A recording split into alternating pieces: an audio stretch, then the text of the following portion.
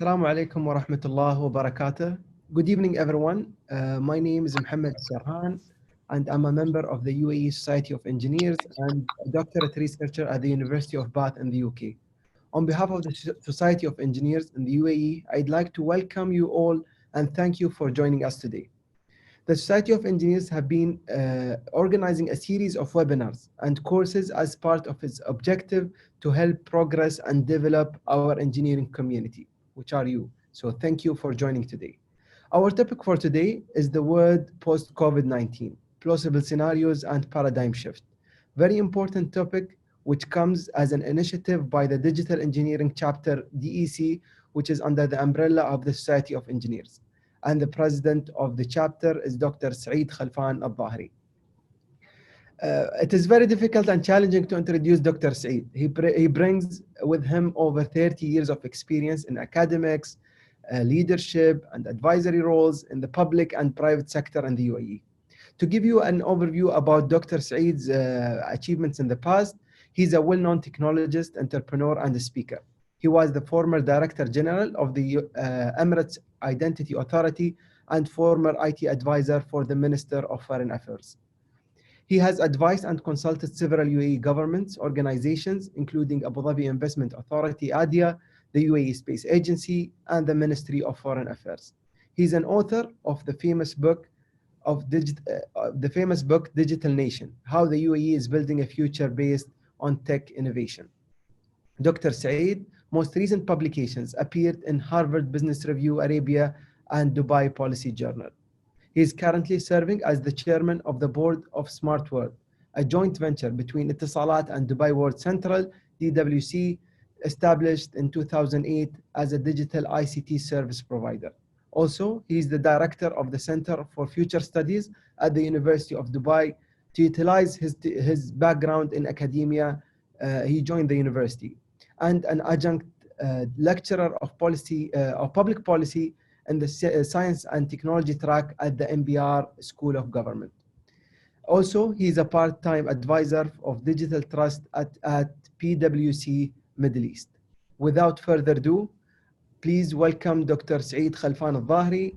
Doctor, it's a pleasure to moderate your session today. The floor is yours, please. Assalamu alaikum wa rahmatullahi wa barakatuh. Thank you, Engineer Mohammed, for the nice introduction. I'm really very happy to address such a distinguished engineers from the UAE Society of Engineers. And also, I think the invitation was sent public, so maybe we'll have some people from outside the engineering society. So welcome, everybody. I'm really very happy as well to speak about this subject. So let me share with you my slides so we can start the presentation. Okay. Doctor, if you allow me, I'd like to ask everyone to utilize the service of the Q&A or the chat to post their questions, and we'll allow some time toward the end of this session for Dr. Saeed to answer and address any comments, any suggestions, any questions that you might have. Thank you.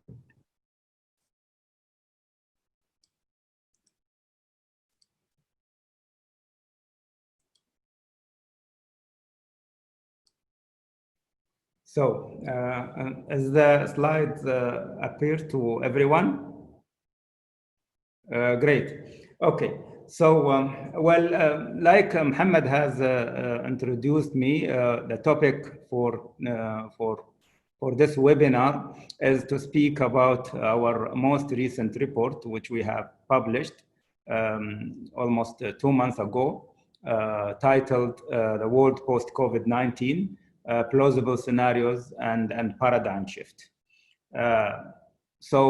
Again, this was based on a webinar that we have conducted in May 2020, just 2 months ago. And the title for that webinar was about foresight, how government can shape the future.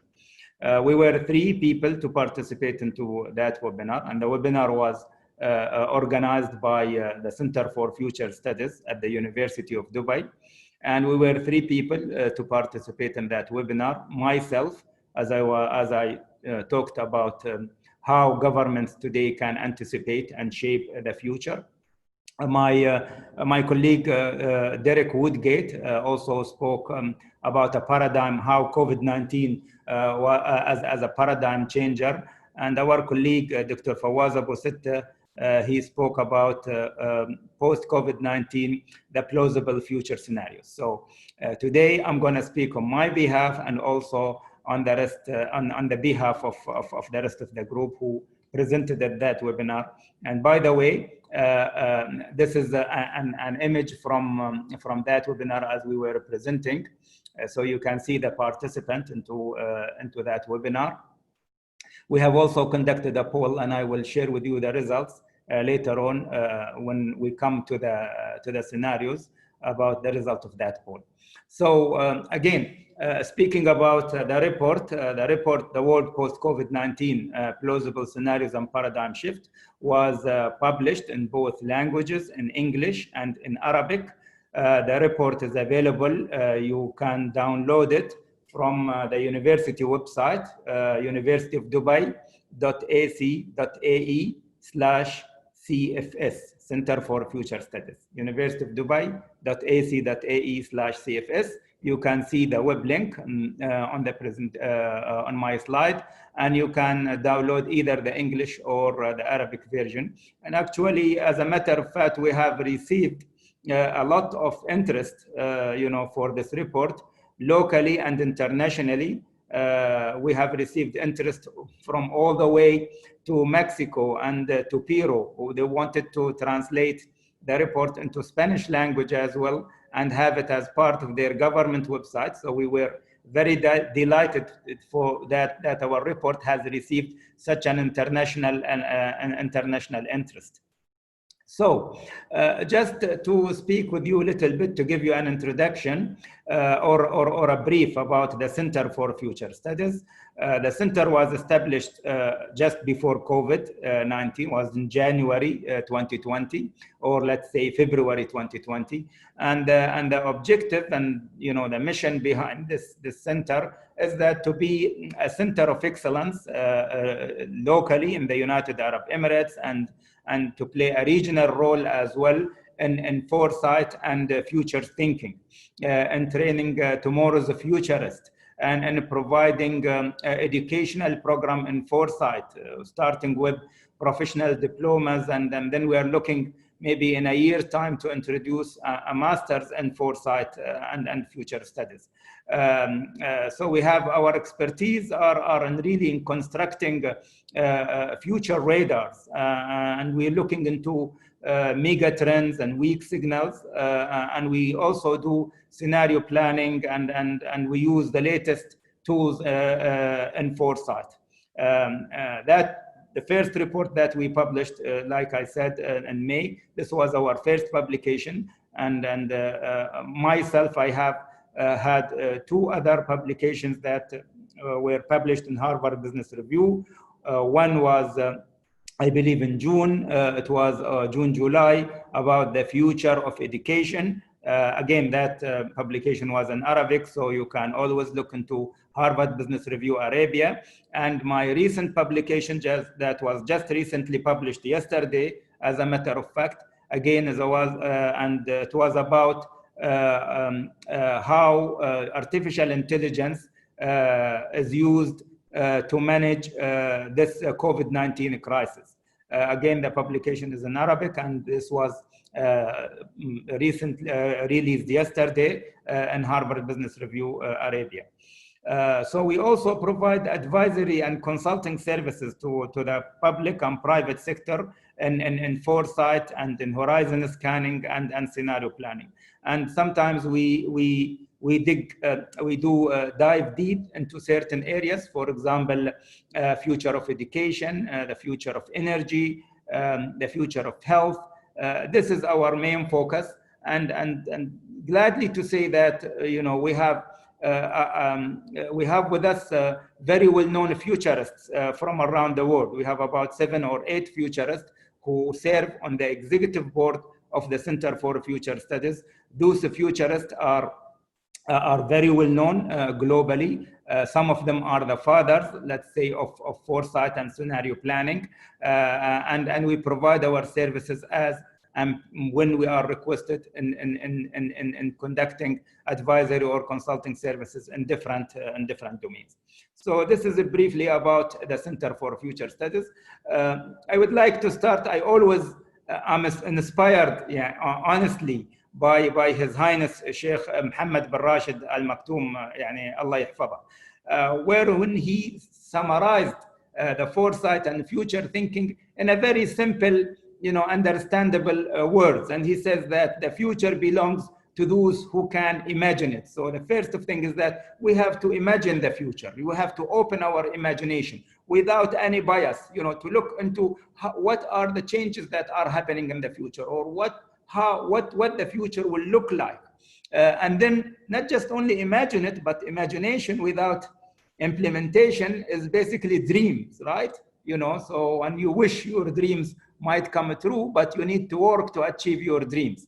And then design it. So, okay, after you imagine the future, the way how the future is going to look like, you will want to design our desired future, the future that we want, for this country, and execute it. Of course, we have to implement it. So he summarized it really nicely in these three words: imagine, design, execute. And he says that it is something that you cannot await, but rather create. So we have to create our future. And also, just to remind you, during the pandemic, His Highness Sheikh Mohammed bin Rashid, Mohammed bin Zayed Al Nahyan, the Crown Prince of Abu Dhabi, the Deputy Supreme Commander of the Armed Forces, has said really very touching, statement that has touched my heart, and I believe everybody, whether it's the citizens or expat in this country. And he said that we have to be wealthy, healthy. We have to be healthy. We have to be strong, and we have to be more developed. We are living to secure a future for our grandchildren.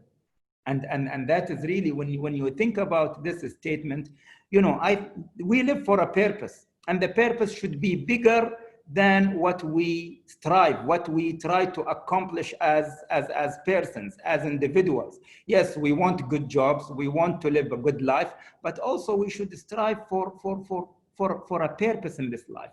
And I think we have, as an obligation, for all the citizens and expats in this country, is that, like His Highness has said, we are living to secure a future for our grandchildren. So, with that in mind, we are talking about the next 50 years, how our, not just only children, but our grandchildren will live in a planet, in a good life, 50 years from now. So I'm going to little bit give you some brief about the future thinking and foresight in the UAE government. As in 2016, I mean, before we go into that, I will speak a little bit about this situation that we are in at the moment, the COVID-19 or the coronavirus, and I want to ask why we are in this situation today. And if you look into the devastating, impact of this situation, not just only, on our health, but also in our economy and in society. So it's a socio-economic crisis, not just only a health crisis. And I want to ask, were we really short of foresight? Or there was a lack of action when we look into the situation that we are, how this epidemic has evolved into a pandemic where it is impacting the entire world. And when I ask this, are we really a short of foresight or there was a lack of action?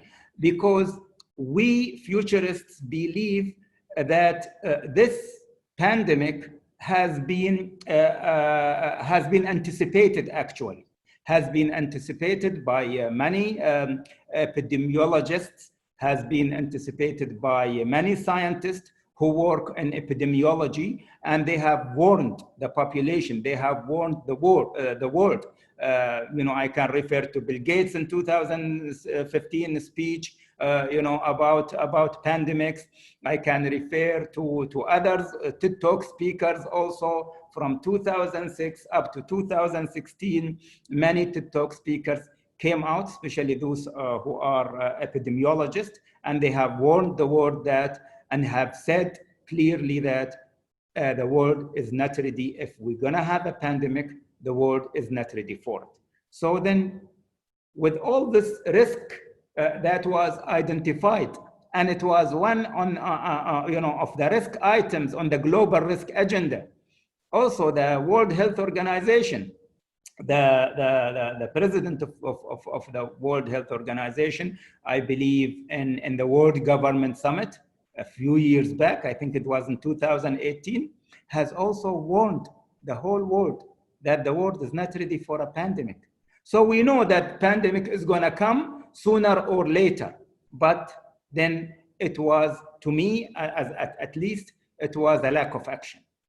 It was a lack of action from leaders in the world to start really acting, to start really putting measures in place to make sure that such, if it is an epidemic, this epidemic does not expand, or does not grow to be a pandemic. And we had, signs, that really happened when this coronavirus has started in Wuhan. At least, the early signs of the virus were explored almost at the beginning of November 2019, until we had the warning very late by January, where the World Health Organization has declared an emergency situation.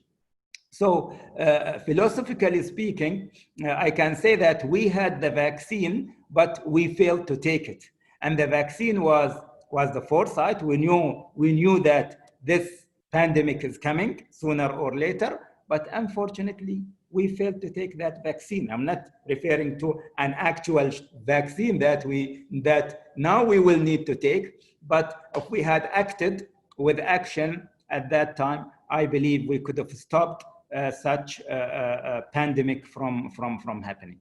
So I think that COVID-19, if it reflects something, it reflects a leadership crisis. There was a crisis in leadership, worldwide to really put measures in place to prevent such things from happening. So now, what we can do today to shape our future, I think, this is, the main topic for this lecture, but also this is like, we want to be able to use the tools that we have, the foresight as a science and future thinking, to try to anticipate what are the things that will come in the future, and how we can be prepared, how we can, if we're talking about probably crisis or disasters, we want to prevent those crises and disasters from happening. And we want to be prepared if something, la samahallah, happened. We want to be prepared so we can be resilient, we can survive shocks, as those shocks happen. And embrace disruption. We see now disruptions happen, very, very quite often, maybe in years. So we want to embrace disruption, and we want to anticipate. Actually, we want to start disrupting industries, not wait for the disruption to come and disrupt us. So we look into to foresight as an immune system for our civilization. So really, if we try to anticipate the future 20, 30 years from now, 50 years from now, how the future is going to look like, and the future is uncertain. I mean, no one knows also what's going to happen tomorrow. What about you talking about 10, 20, 30 years, 40 years from now?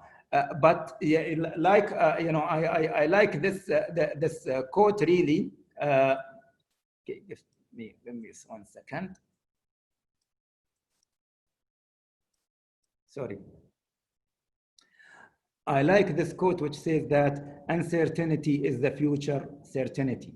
So we have to live with uncertainty because we're going to face a lot of uncertainty. We're going to face a lot of complexity.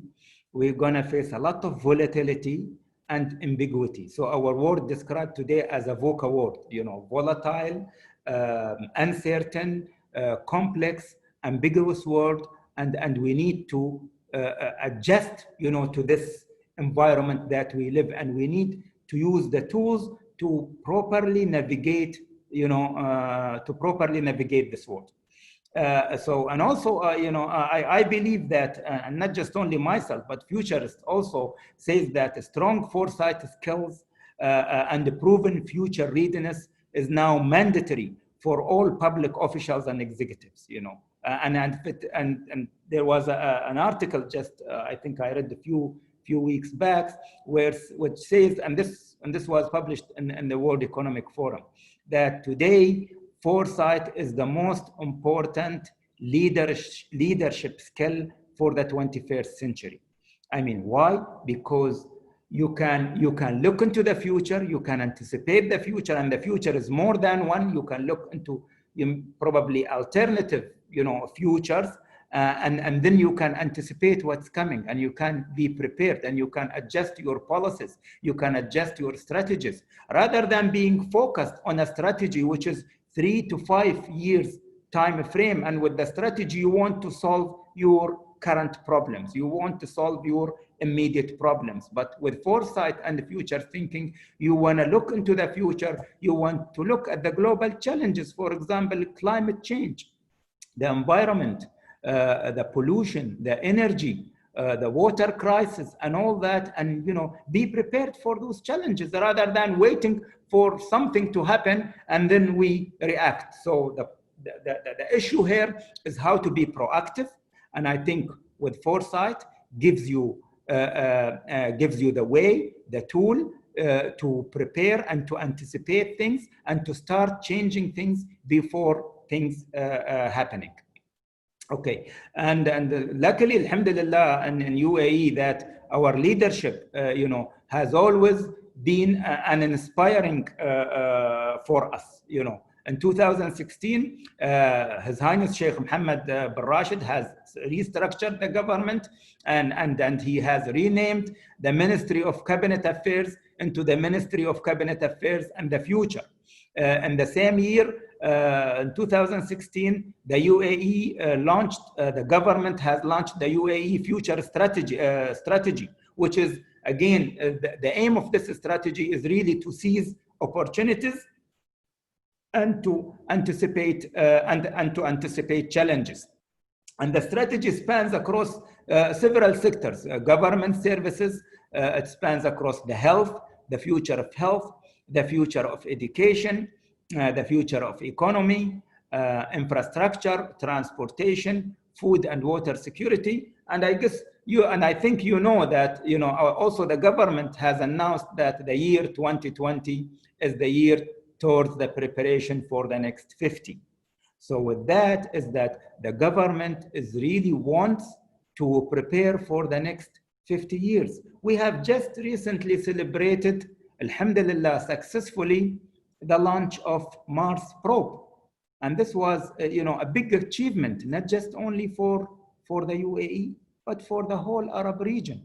In a very short time, imagine in 6 years time frame from 2014, when the UAE Space Agency was launched, and in 2020, we launched the space probe in a very short time. We are now in the club with the elite, with the US, with other countries who already started missions to Mars.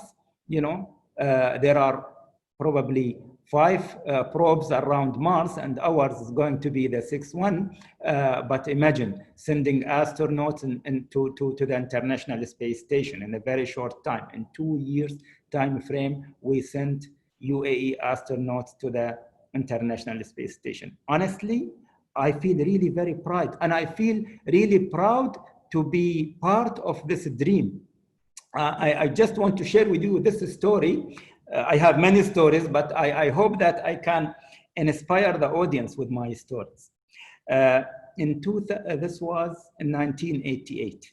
Okay, I was a teaching assistant at the UAE University, finished my undergraduate degree in electrical engineering. His Highness Sheikh Nahyan bin Mubarak, at that time was the provost of the university, has nominated me to participate in this international space program called the International Space Program that was hosted by the International Space University, and it was at the MIT in Boston. And it was again participation we had from around the world. There were about 105 students from around the world participated into that program. And I was the only one from the UAE, and I had another colleague from Saudi Arabia. Okay, so we were the only two Arabs who were at that program. And my colleagues, the other students, the participants were asking me, Saeed, you're coming from United Arab Emirates, do you have a space program? Do you have a space agency? What's your country's ambitions or projects in space? So I told them at that time, the fact that I am there today, or I am here into that program at that time, is a sign from our leadership that we are serious about space, yet we don't have any programs at that time in 1988. Any space program. But I said, I hope that one day this will happen, and I hope that I will be part of that dream. Alhamdulillah, yani, looking now, what, almost 25 years back, 22, 23 years back, and then I found myself being selected as a member of the International Advisory Committee for the UAE Space Agency. In 2014, once the space agency was formed, I was one of the 7 members, international members, among them Dr. Farouk Al-Baz and some other, very popular scientists and heads of space agencies from around the world. And I be part of fulfilling that dream. It's a big journey for me, and really it was an inspiring. At one point in time, we were dreaming about a space program, and then this is happening. And now, not just only we sent an astronauts, but now we have a probe that is on its way to Mars. And inshallah, we will celebrate this in 2021 in February, when the probe will reach Mars orbit, and when it will start sending its signals, from acquiring data about the Mars environment and atmosphere. We will celebrate that moment. So, this is just a story which I wanted really to tell, so you understand where we were and where we're going, really, and like what is the vision of our leadership and how we look into the future. And I think this is not the end point. Mars is not the end point. Yes, today we are sending unmanned, spacecraft to Mars, but maybe in a couple of years we will be sending a manned spacecraft to Mars, and we're looking beyond Mars as well.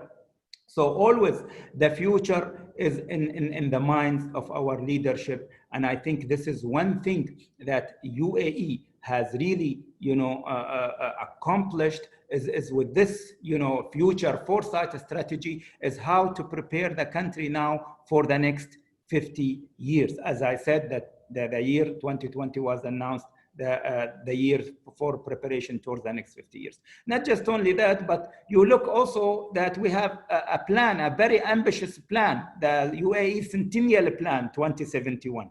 And with that plan, in 2071, when the country is going to celebrate its 100th anniversary, okay, by 2071, UAE is striving to be the best nation in the world in 5 things. The best country in the world, in the best government in the world, the best education in the world, the best economy in the world, the best health system in the world. So looking into that, and inshallah, this is going to happen. I'm not hesitant about it, but inshallah, with the strive of the leadership and with the people, the honest, the citizens and locals and our youth who are now specializing in many areas, this would happen, because we have the ambition, not just only that, but we have the will as well, as we have demonstrated in many of the projects to accomplish this, and for sure this is going to happen. So talking about foresight, so when the government established the foresight program within the government, of course one of the pillars of that strategy is to prepare the Emiratis in foresight science, is to prepare the talent. And this is always the case when we embark on something big. We need to prepare, like how we prepared our astronauts. We also need to prepare our talents for future foresight. So I think in 2018 the country has celebrated graduating around 120, as you see on the picture here on the screen, celebrated graduating 120 participants from the government in a future foresight program that was conducted by Oxford University. Okay, so the participant had to go for a one-year program here in the UAE, and sometimes flying to Oxford to finish this program. And His Highness Sheikh Mohammed, in one of the meetings where you can read it probably in Arabic, he said, we want to prepare 500 futurists in our government.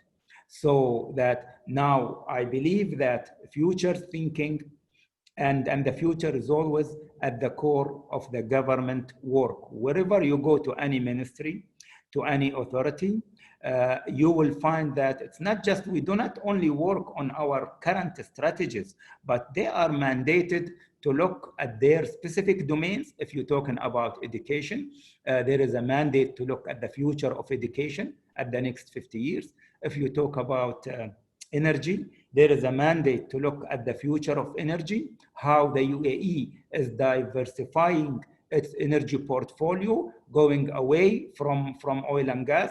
And we all remember the famous speech by His Highness Sheikh Mohammed bin Zayed Al Nahyan, Allah yahfadha, in the World Government Summit, where he said, we want to celebrate shipping the last barrel of oil. When he said 50 years from now, we want to celebrate shipping the last barrel of oil. And what he meant by that is that we have reached to a point where our economy is diversified and we are no longer dependent on oil.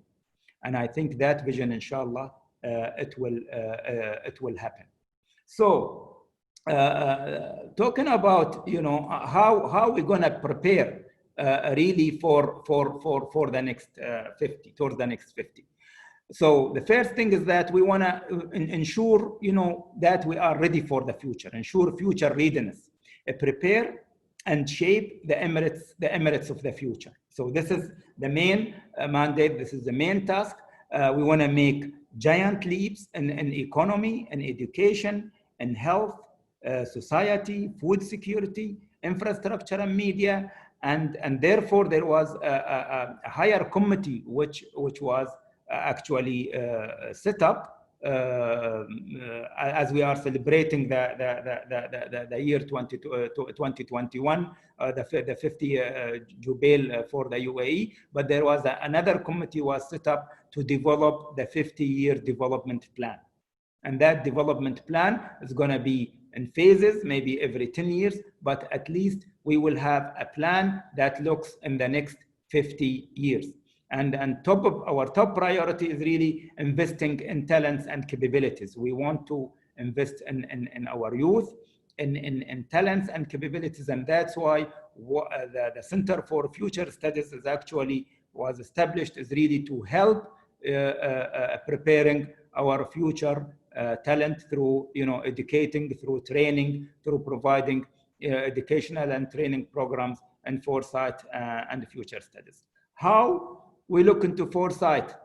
We want to use foresight to get the insight, to act upon the insight. So I'm saying it's from foresight to insight to action. Definitely with the foresight as a science, you will get insight about how the future will look like, because we look into trends, we look into weak signals, we look into drivers. What's driving the future? What are the things that are happening either today or it's going to happen in 5 years from now or 10 years from now? What are the small signals or the weak signals that we observe now that is going to grow up and be something big in the future that will impact us in a way or another? And this is the purpose of the foresight, is really to get the insight, to change policy, to change direction, to be prepared, and of course, we need to act upon that insight. And maybe this was, again, the problem why we are here today in the COVID-19, because action was not there. Foresight was there, but the action did not happen. Anyway, this is again from my colleague, Derek. He was speaking again into that webinar about COVID-19 as a game changer. And I don't want to complicate you with this slide, but this just shows as a futurist, like I said, we build radars, we build future radars. We look into the trends, whether small trends, mega trends, signals of change, and we try to group them and we try to understand and also analyze, look at their impact. So we use steep analysis, steep social, technological, environmental, economical, and political dimensions. So we look into all those 5 dimensions and we try to assess what's happening regionally and globally, and then we build the radar, and from that we start to build the scenarios. So with that, Derek and his colleagues at the Futures Lab, they came up with they call it what do you call it? Opportunity opportunity map. Okay, opportunity map. They try to analyze these trends and come up, with opportunities. And with those, he came up with 5 opportunities. Okay, and basically we look into those opportunities as acceleration and synthesis of major things that we see might be happening in the future. And I'm not saying these will happen, but might be happening based again on the analysis that we've done, based on the trends that we're seeing and the assessment that we're doing. We can group them into 5 things. One is that we can see that there is a rebirth of a society. The society tomorrow is going to change from the society today in many ways. We see the COVID-19 has actually proved that the world is more now looking into to revalorize, the values, the ethics, life and the future, thinking more about what society do we want to live in. Do we fear what we have become? When we look at our population and our societies today, do we fear what we have become? What kind of a society that we want to establish for us and for grandchildren? So there is a big opportunity that this COVID-19 has accelerated the thinking into the society that we want to establish for ourselves in the future, based on trust, based on values, based on identity and anchors, such as the family, such as the community, care for the community, and again based on care as well. So we look into a rebirth of a society and the social prosperity. So this is one driving, I think, force that we might see it happening in the future. The second point is that we're looking into humanized economics, and by mean of humanized is that we want to look at our economy to increase community resilience and better harmonization between society and economics. There is a big discussion now in the World Economic Forum and globally, and even looking into some of the Nobel laureates who are very well versed in the economy. They're saying that the macroeconomics and the microeconomics which we have today is not sufficient for our future, for our drive for sustainability. And that's why we're looking into we're looking into meta and mesoeconomics. We need to look at growth in a different way, not just only from quantitative perspective, but also we look into growth from a qualitative perspective. What kind of growth do we want in a society? So the economy is not just only about quantifying it with money and the dollar sign, but no, the economy has to be sustainable. The economy has to support the standard, the sustainable development goals that was declared by in the United Nations in 2015, and it has to support sustainability, and we have to look to this world to exploit, not to utilize the finite resources that we have in this world, but more into to have a prosperous world and a sustainable world. So looking into economic from a different perspective, plus the two indicators, the macroeconomic and the microeconomic, we need to look at the economy from the meta and also from the meso perspective in terms of the quality of growth that we're looking for.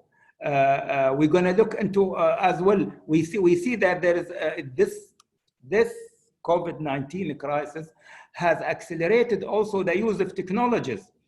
We've seen, whether in China or in different parts of the world, how technology were used, to manage the COVID-19. And if you read my article in Harvard Business Review, you will see how AI was used to really and deployed, for COVID-19. So we're talking about smart factories, intelligent distribution, and the transportation. All this should be integrated into smart cities. So there is a big drive now, and I think this crisis is going to accelerate the use of technology. Not any technology, but the humanizing. Also, we need to make the technology more humane, that it serves its purpose.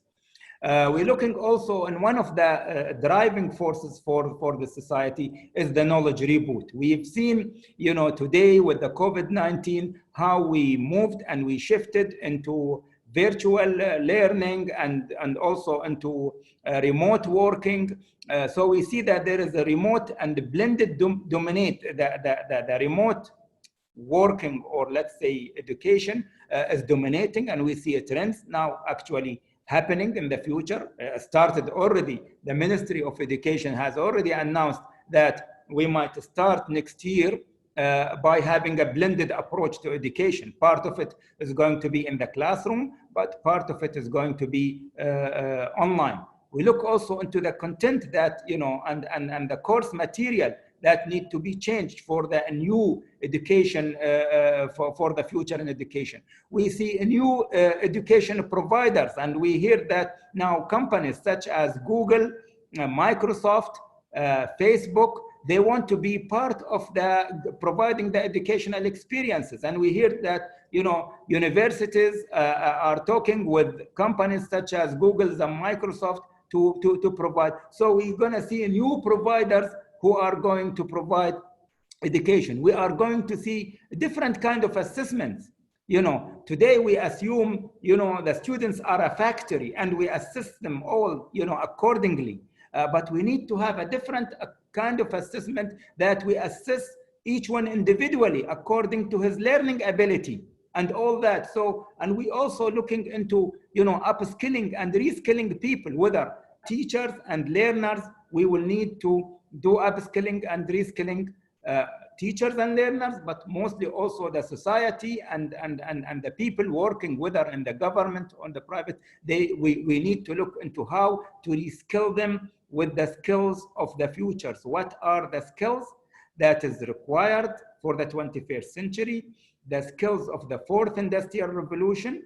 We are talking about social and emotional skills, such as critical problem solving, critical thinking, leadership skills. These are all the soft skills that are needed by people in order really to be effective, in the future, but also mostly the technical skills that we want to build, whether it's AI skills or other technical skills that we want, to establish, at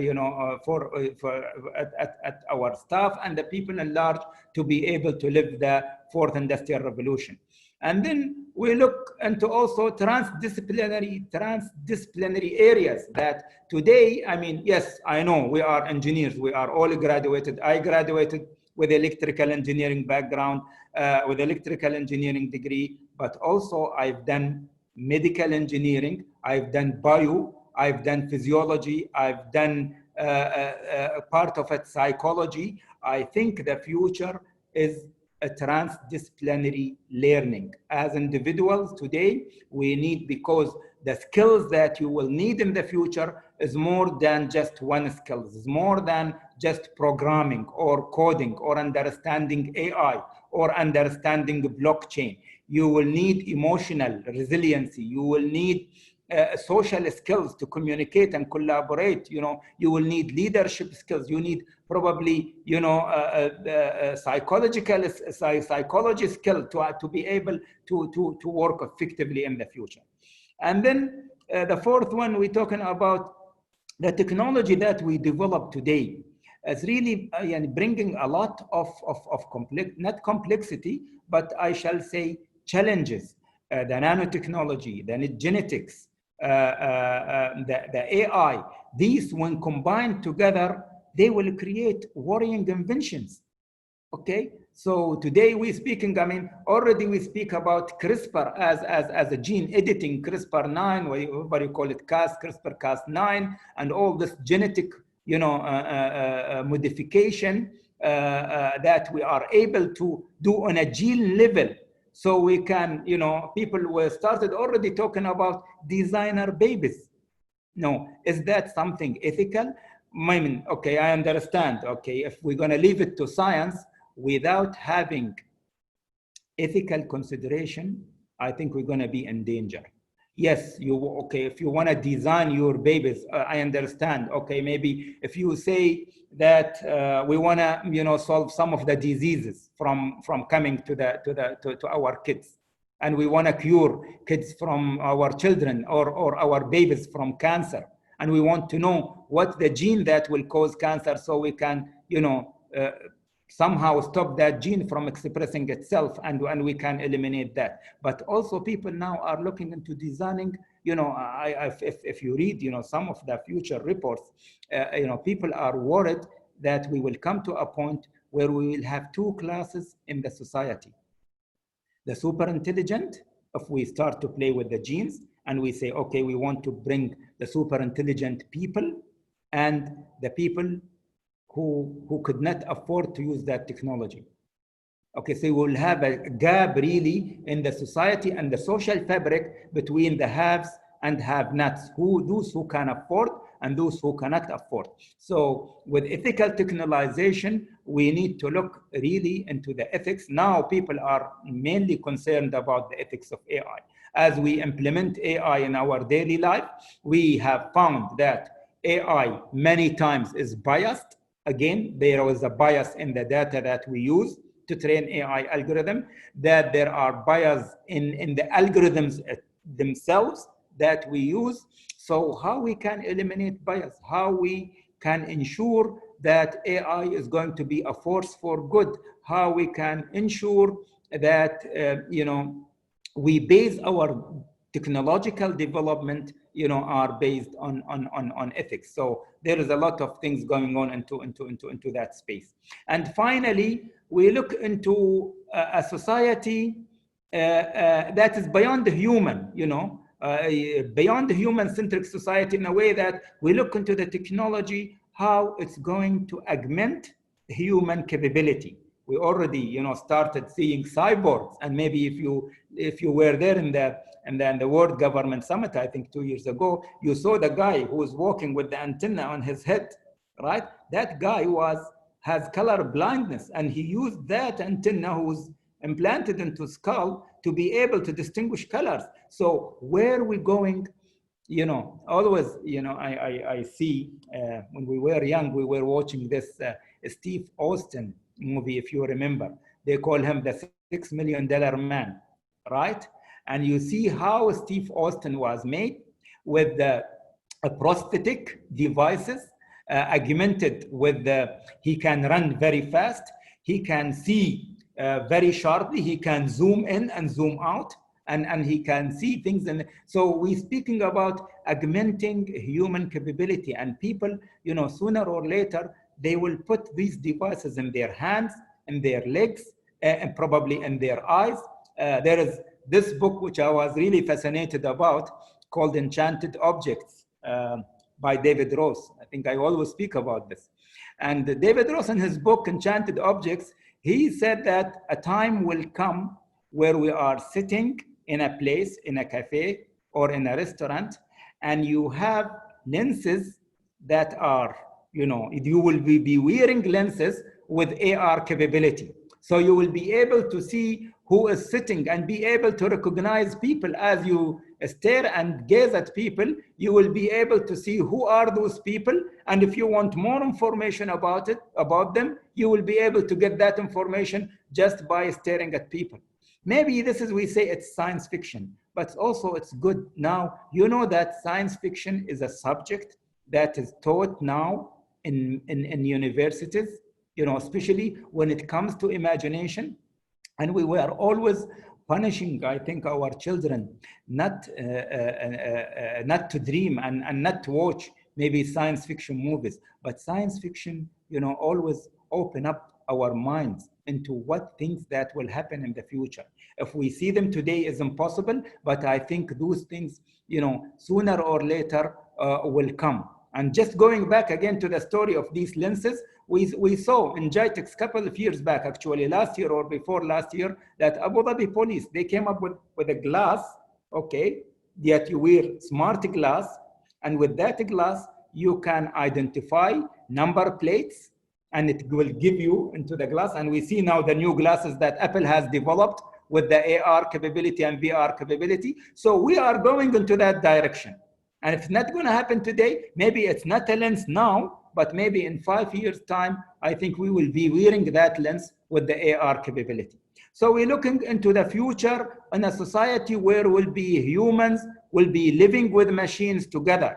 And instead of we saying about HR, human resources, we will be talking about human machine resources, HMR. Collaborative ecosystems, with kinetic workplaces that, and I'm going to show you in a while, what are the things that we will see coming in the future. There will be new jobs. Of course, people are afraid of losing jobs.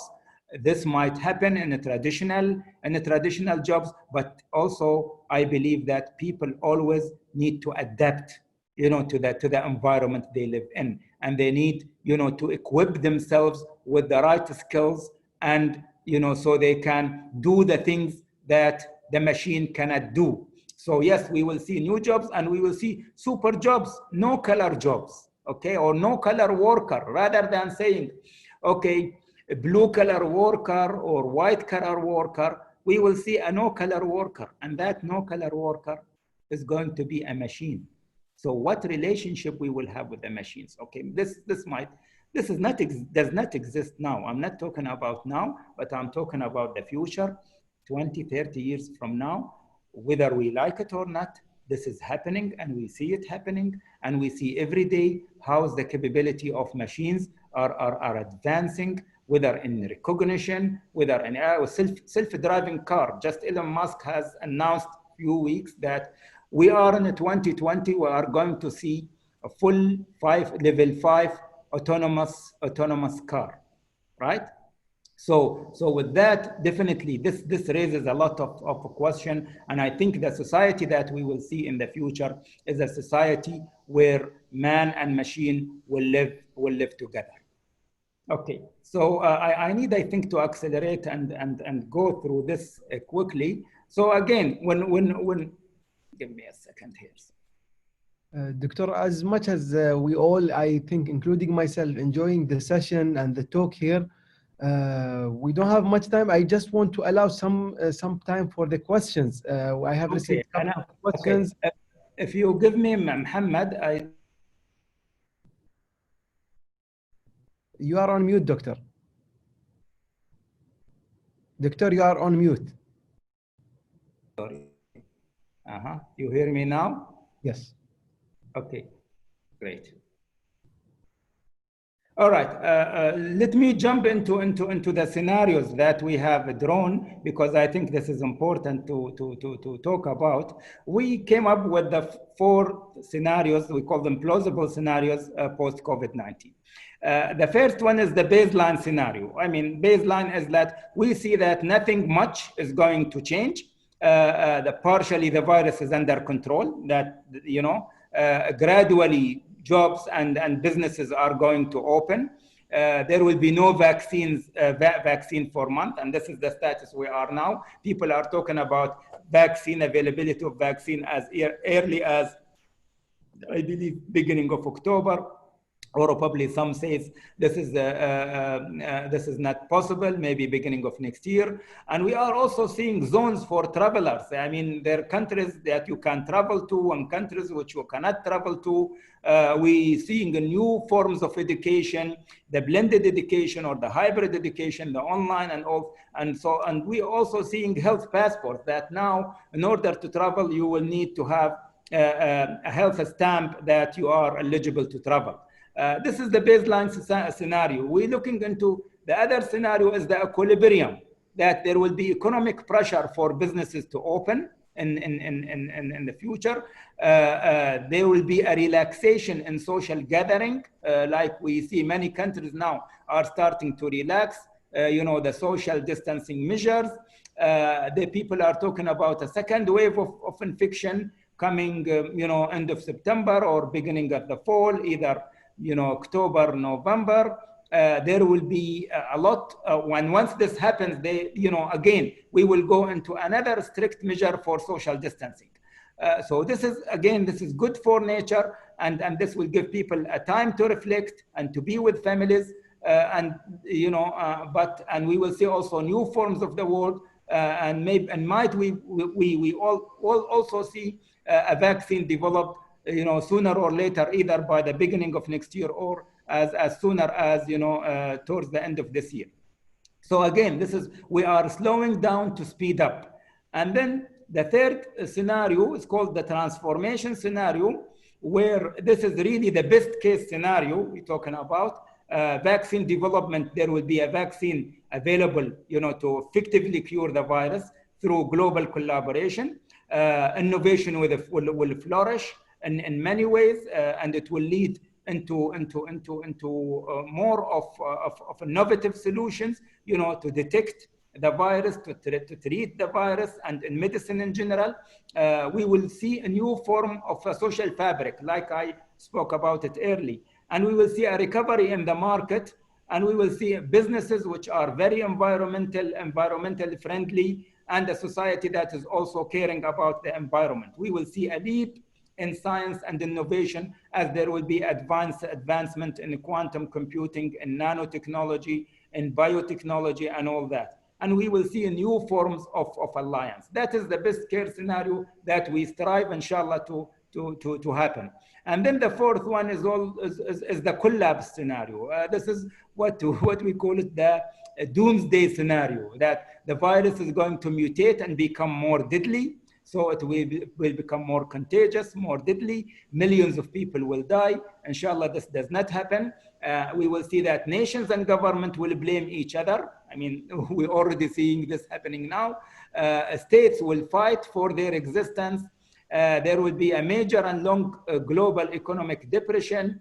Nations will break apart again, and this will end up the capitalism with a crash. So those are the scenarios, and actually how we came up with this scenario, we have done this scenario planning exercise, and we looked and we assessed all the signals and all the trends, and we came up with these scenarios. But again, like I said, with foresight, it's different from what forecasters and from AI in trying to predict. We are not predicting, and actually people are worse at predicting things, but we are coming up with different scenarios. And again, you need to play this scenario so often and see which scenario will prevail in the future, as per how the narratives are developing.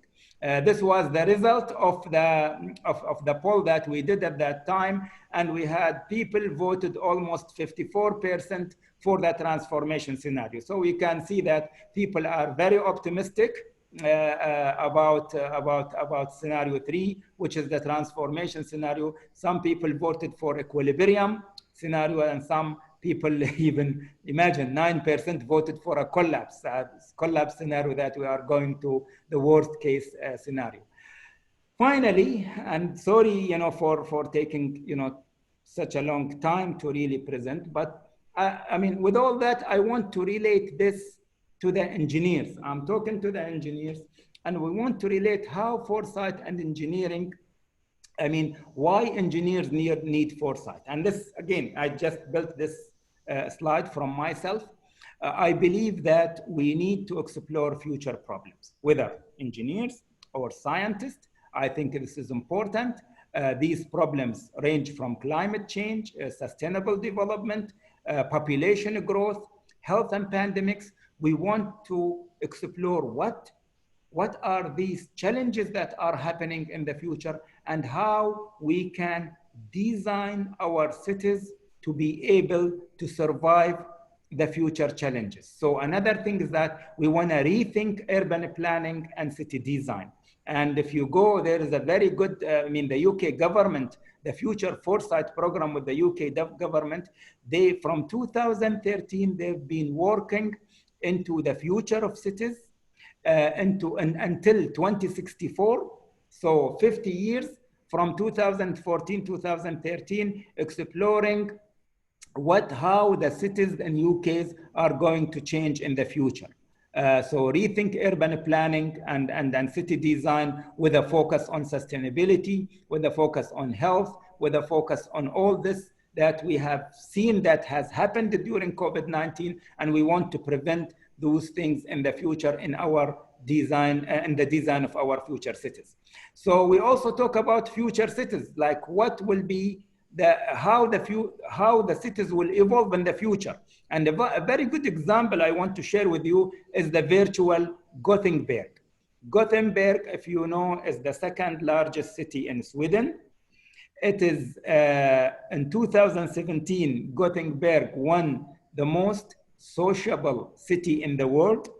And Gothenburg is now in an initiative to develop a virtual Gothenburg, what they call it, virtual Gothenburg, but not just only virtual, but also the first city in the world with future digital twin.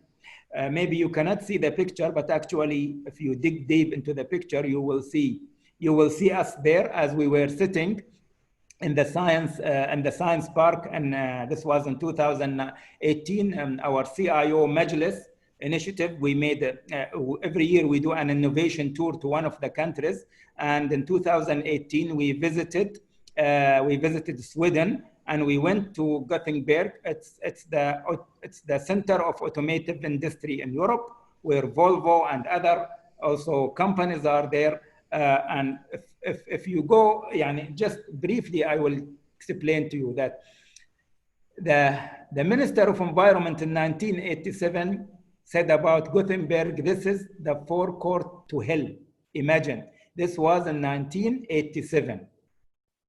Today, Gothenburg is the center for knowledge-based economy in Europe. And if you look into the digital twin, they have built a framework for the digital twin and for the entire city of Gothenburg to be virtually available, and you can do if-then simulation, if-then scenarios. You can look into the traffic if something happens, what is the cascading impact on the other things. So they have built the BIM model, the CIM, the Common Information Model, the city data, and all this within a framework that by 2021, Gothenburg is going to be the first digital twin city in the world. Again, this is another model for the city of Gothenburg. So just talking from engineering perspective, how today we can build something like this. And I believe this is the purpose of the digital engineering chapter under the UAE Society of Engineers to start promoting and advancing the use of digital technology in civil engineering and in architecture and in our daily practice in our smart cities, so we can have the cities of the future that we want to build for our countries. So the other one is the multifunction design. And imagine IKEA is a furniture company, but they have an innovation lab, they call it Space 10. And with that lab now, imagine the future of mobility and buildings. They have came up with 7 themes for the future of mobility and the future of buildings. They call it hotel on wheel. Imagine that if you request a room will come to you rather than you go to a room, okay? And you can change. I mean, this is a plug and play. This is modular. If you don't want the room, you can put an office. If you don't want an office, you can put a shop, you can put a cafe. So they came up with 7 design themes for the future of mobility and building. So hotel on wheel, office on wheel, shop on wheel, farm on wheel, cafe on wheel. So this is the kind of future that we start to draw. And then we have to use the design thinking mindset. As an engineers today, we need to be using design thinking mindset into how we want to live the experience. We want to build the experience or to build the building before we build it, actually to build it as a model, and we live in it and we see from the perspective of the customer, from the perspective of the user, what are the things that they like, what are the things that they don't like, so we can change before we build. So it's always about empathize, define, ideate, prototype, test, and implement. And then we're speaking about the technology that will help us achieve this, whether we're talking about 3D printing. We see now buildings that are built in UAE with the 3D in Dubai and in Sharjah. We're talking about 4D design, okay, so that the things that is going to change according either to the temperature or to the external environment, the design will change and to accommodate, sensing the external environment. We're speaking about virtual reality, augmented reality, mixed reality, and so on, and the other technologies, whether they are nano, bio, and all that, and digital twin and smart city. So we focus that digital, we see it as a core, for engineering, not just only, we said before we were specialized as computer engineers, electrical engineers. Now the civil engineers need to understand about digital. That civil engineers need to be, tech savvy. The architecture engineer need to be tech savvy so they can explore the use of these tools, within engineering. Again, I apologize if I've taken, I think, almost an hour of the time. We originally said we're gonna have 40 minutes to speak, and then we will give 20 minutes for Q&A. I'll be more than happy to answer your questions if you have any. Thank you, Doctor. I think everyone in this session enjoyed this interesting insights from yourself, from an expert in the future foresight field, and especially that you come not from a policy or a decision-making background only, but also from an engineering background. This gives a more value for the session, and especially for the community that is attending this session, where they mostly come from an engineering background. I had a couple of questions here from your session, from the Q&A section, but I guess you answered most of them throughout the session, and you made it easy for everyone. I'd like just to mention that whoever have any question that you'd like to address to Dr. Saeed in the future, please feel free to reach out to the Society of Engineers, to Ms. Razan, to Engineer Razan, and she'll be more than happy to redirect these questions to Dr. Saeed and get back to you with these questions. Definitely, I will be happy. If you have any question, please send it to Engineer Razan, or inshallah, I think Razan is also watching the chat here. If you have already posted your question, and I'll be happy to answer them and send it back. If you leave your email, we'll be happy to send it back to you. I'm sorry if I took too long. I always try to tame myself, but I find myself speaking more than the time is allocated to me. I think I came from academic background and I cannot stop myself from I talking. think, Doctor, you are passionate about the topic. It is something that you enjoy doing. That's why you always don't think about the time. Doctor, I apologize again for taking longer time than what we expected. I would like just to close, if you can say a few words about the digital engineering chapter in 30 seconds, just to let the audience know about this newly introduced chapter, and we will conclude after these 30 seconds. Sure. Sorry, Muhammad, you were asking me to speak about the digital engineering chapter, or? Yeah, Doctor, if you just give an overview in 30 seconds, just to introduce the chapter to our attendees. Yes. Well, first of all, I really thank the Society of Engineers for giving me the opportunity to address, such engineers and audience. And you might probably hear that the Society of Engineers had already established the digital engineering chapter under the Society of Engineers. And I'm really happy to lead this initiative, and I hope to be able to contribute to the growth of this chapter. We are really looking into how we can advance the use and the promotion of digital technology, in engineering, not just in any particular field of engineering, but engineering as a whole. And we want to create this awareness in our society. Why not? Why not to have virtual Dubai or a digital twin of the city of Dubai? Actually, this is my dream, inshallah, and I hope that this dream will come through very soon. I think, with your help and your support, the engineers who are interested in this, if you have any interest, please speak to us, and we will be starting, inshallah, our regular meeting for the digital engineering chapter very soon, inshallah. Shukran, Doctor.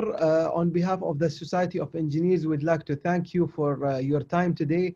I'd like to thank everyone who attended this session. And again, apologies for taking longer than the allocated 60 minutes. We look forward to see you on future webinars. And please do reach out to us and to Engineer Razan with any suggestions, any feedback, or any questions that you might have regarding either this session or any of the programs of the Society of Engineers. Thank you and have a nice evening. Thank you, Dr. Said. محمد الله يسلمك. مع السلامة.